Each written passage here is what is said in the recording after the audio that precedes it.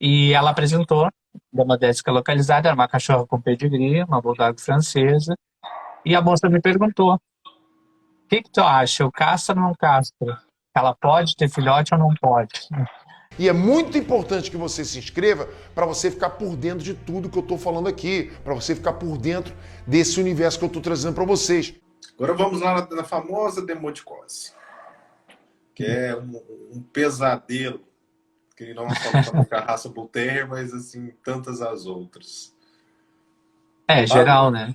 Em geral. Alguns casos ela vem muito discretamente, outros casos ela é bem perceptível e outros casos chegam até a ser descontroladas, né? Qual a convivência que você chegou a presenciar todas essas fases, desde as mais simples que passam discretamente ou até aquelas mais complicadas? Sim. Ah, sim, a dermatose ela é bem frequente na clínica, né? Não vou falar especificamente no bull, como eu te disse, porque a nossa casuística de bull não é enorme, mas na clínica ela tem uma incidência alta.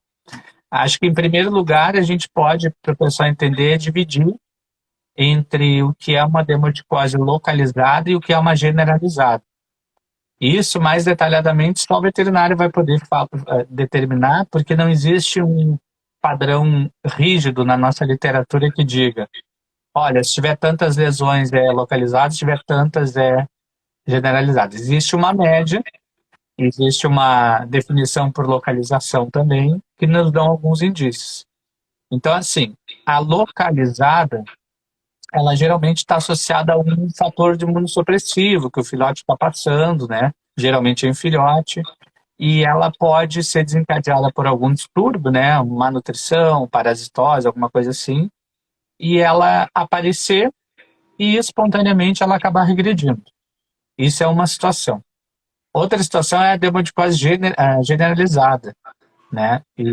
E eu vou falar do jovem também, que é mais importante, apesar que essa pode aparecer também no adulto, mas no jovem ela tem comprovadamente uma característica hereditária, né? Então a gente sabe que a dermaticose generalizada do filhote, ela é hereditária. Então, aparecer que tu perguntou, assim, já tem de todos, e a gente tem, cada um a gente tem um manejo um pouco diferente, assim. Das generalizadas, que são as mais graves, né? Como tu disse, algumas fogem do controle mesmo. Eu já tive alguns pacientes de outras raças, até eu atendia um dog alemão que era triste, assim, né? A situação dele faz muitos anos, antes das novas moléculas que tem no mercado, né? Então, as opções eram menos, era um animal grande, né, para tratar, e ele, qualquer fator imunossupressivo, ela voltava. Então a gente levou alguns anos para controlar ele, tivemos que castrar para ele não, porque tinha fêmeas em cio próximo, né? E ele acabava se agitando e parando de comer quando as fêmeas estavam em cio. Então é bem complicado. É uma doença que a gente tem que ter muita atenção, porque uma vez que a gente tenha isso na genética, é, é bem complicado de tu lidar com isso, porque é uma frustração, né? Se tu pensar num proprietário, né, que vai comprar um animal para companhia, né? A gente, né, como a gente falou no início, qualquer coisa pode acontecer, né? É um ser vivo, né? Mas esse tipo de doença, se a gente souber que tem no plantel e puder evitar, a gente tem que evitar. Porque é um transtorno, né? Um gasto para o resto da vida, é um controle, né? Que tu tem que fazer frequente, né? Como tu falou bem, alguns animais não respondem tão facilmente, precisam de um complemento aí. A maioria vai precisar junto fazer banhos associados ou fazer uso de antibiótico ao mesmo tempo. Então, tem várias coisas que podem acabar piorando esse quadro, né? E só lembrar que quando eu falo da transmissão, a demodicose, ela tem uma transmissão genética. A deficiência em lidar com esse ácaro. Por quê? Porque esse ácaro, ele é da pele, tá? Se acredita que todos os animais tenham, tá? Já existe até uns estudos contestando um pouco isso, mas se acredita que todos os animais tenham o ácaro e convivam bem com ele. E alguns animais que têm geneticamente uma deficiência, para lidar com o ácaro, não é uma deficiência imunológica geral, é uma doença imunológica específica contra o ácaro, eles acabam manifestando esse excesso de ácaro na pele que leva a aquele monte de lesão. Então, doutor, então, uma pergunta que foi feita ali no início que passou batido. Quando você fala evitar a reprodução do animal sensível ao ácaro, aquele animal que apresenta dermaticose localizada, ou aquela generalizada, ou ambas têm que ser evitadas? isso. Eu até tenho... Ano passado saiu um artigo que se chama guidelines, né, que são os guias, os consensos. Na veterinária está muito comum isso, né, se um grupo de cientistas importantes do mundo inteiro se reúne em volta de um determinado tema e eles fazem uma revisão extensa sobre um assunto e fazem um resumo, né, do que é o andamento, o que é o diagnóstico, o que é o tratamento mais apropriado. Então, eles fazem isso para várias doenças. E ano passado saiu atualizado o consenso de dermaticose, né? Então, ele é o nosso guia, assim, e ele traz claramente sobre a generalizada.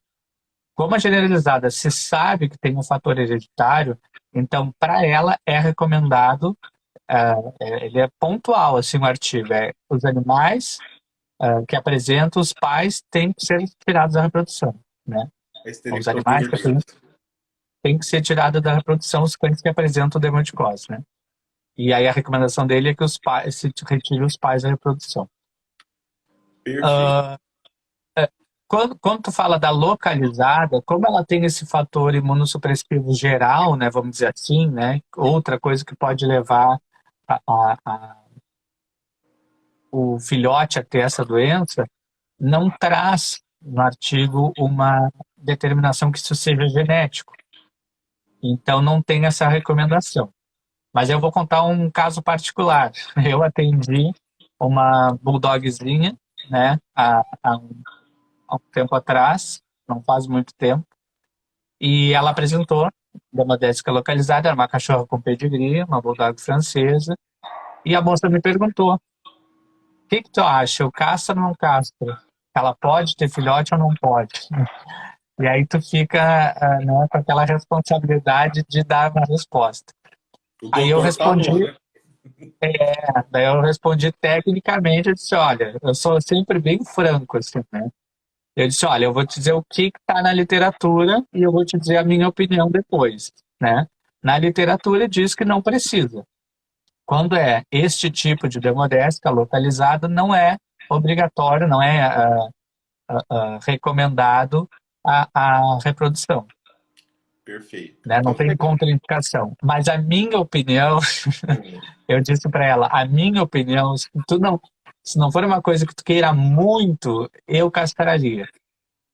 Por que eu te digo isso? Porque eu já acompanhei casos em que a doença ela é leve num determinado momento da vida e mais adiante, com o passar de alguns anos, ela reaparece. Então, aí vem o meu lado criador também, né? Eu, como criador, eu não vou arriscar apostar, né? A não ser, claro, né? A gente está falando de criação que seja um animal acima da média, um animal com valor zootécnico muito importante, né? Um animal que realmente vale a pena investir, aí ok. Mas se for um animal que dê para esperar, não seja uma raridade, vamos dizer assim, na raça, na prevenção eu tiraria também o da localizada. Apesar de não ser a recomendação do consenso, né? Mas aí é uma opinião particular.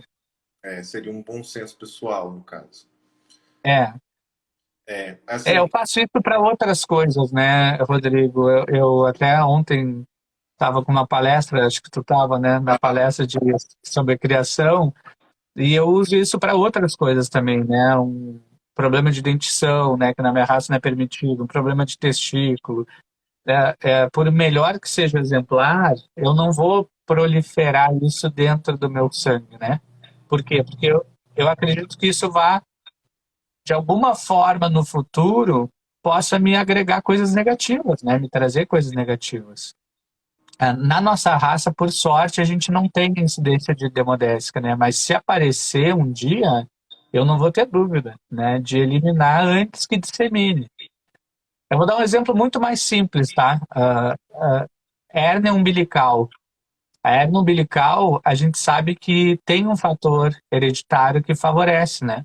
Tanto que tem algumas raças aí, que eu não vou citar para não causar polêmica, que a gente sabe que as raças têm, vários têm hernia umbilical, né? Os filhotes já nascem com hérnia. E isso por quê? Porque como tem um fator hereditário, não se retirou da reprodução, então é uma característica que vai passando, né? E vai se espalhando pela raça. Eu uma vez tive numa ninhada minha, há muitos anos atrás, nasceu uma cachorrinha que não é comum em cocker, nasceu uma cachorrinha, eu castrei e doei, né? E era uma cachorrinha linda, assim, cachorrinha para ficar até, assim. Mas eu achei isso, bom, é um problema que não tem na raça, não vou ser o introdutor, então tá fora. Você não Porque quer daqui ser a o pioneiro nisso. não quero ser pioneiro em outras coisas, nisso não. Entendi. Doutor, então, fazendo um resumo da palavra que você deu, então, o problema em si não está no ácaro, porque ele faz parte da microbiota do animal, é um ser vivo que luta pela vida como qualquer outro que existe no planeta. O problema consiste na incapacidade do organismo não conseguir controlar o ácaro para os dois viverem em simbiose. Exatamente isso. Perfeito. O ácaro tá ali. Então, Perfeito. se a incidência na raça ela é alta, o que eu sempre digo é assim, não se engane, né? Não tenta a si mesmo, né? Dizer, não, mas eu vou tentar, mas vale a pena, mas tem tratamento. A gente sabe que hoje em dia tem tratamentos bem efetivos mesmo, né? Contra esse ácaro. Hoje tem tratamentos mais fáceis, né? Eu estou falando coisa de 30 anos atrás, tu tinha que dar banho toda semana. Aí aqui tá fazendo 3 graus, 4 graus, tu tem que dar banho com produto tóxico ao ar livre e não pode secar o animal. Então era super complicado. Hoje em dia não, hoje em dia tu dá um comprimido, ou tu bota uma bisnaguinha, tu faz alguma coisa, e hoje em dia tu tem os animais mais protegidos.